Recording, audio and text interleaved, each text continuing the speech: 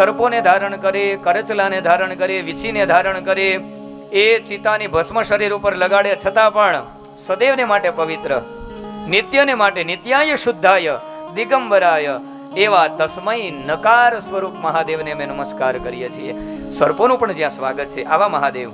સર્પોને આભૂષણ બનાવ્યા, વીછીને આભૂષણ બનાવ્યા. અરે ભૂત પ્રેતો ભગવાન પાસે ગયા એકવાર કે પ્રભુ અમે જ્યાં પ્રગટ થઈને હનુમાન ચાલીસા બોલીને અમને ભગાડી દે છે. હનુમાન ચાલીસા બોલે એટલે મારે ભાગવું પડે. ભૂત પિશાચ નિકટ નહીં આવે, મહાવીર જબ નામ સુનાવે.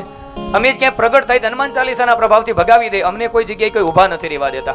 મહાદેવે કીધું કાંઈ વાંધો નહીં, કૈલાસમાં આવી જાઓ. એ કે મારે ઓમ પણ કોઈ ગણ નથી, મારા મિત્ર તરીકે તમે, મારા સેવક તમે, હું તમારો સ્વામી, તમે મારા સેવક. ભૂત પ્રેતોને પણ સ્વીકારી લીધા મહાદેવે.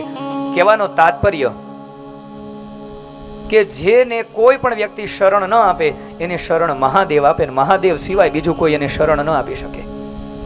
આવા મહાદેવ.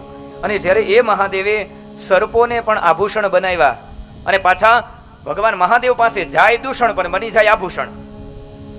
આમ તો ચિતાની ભસ્મ છે કેવી દૂષણ કહેવાય ને ભાઈ, ચિતાની ભસ્મ તો આમ અપવિત્ર માનીએ, પણ મહાદેવ પાસે ગઈ તો એ ભૂષણ બની ગઈ, આભૂષણ બની ગઈ.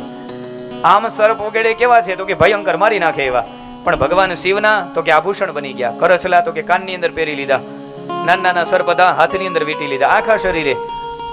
અરે મરેલા જીવનું ચામડું છે અપવિત્ર માનવામાં, ભગવાન તો કે વ્યાઘ્ર ચર્મ ધારણ કરી અને એને પણ પવિત્ર કરી દે. કહેવાનો તાત્પર્ય કે જે દૂષણ હોય એ મહાદેવ પાસે જાય ભૂષણ બની જાય. સંસારે જેનો ત્યાગ કરી દીધો હોય આવો જીવ મહાદેવ પાસે જઈને તો મહાદેવ છે ને એ દૂષિત માણસને પણ વિભૂષિત કરી અને પ્રગટ કરી દે. આવું સામર્થ્ય મહાદેવનું છે.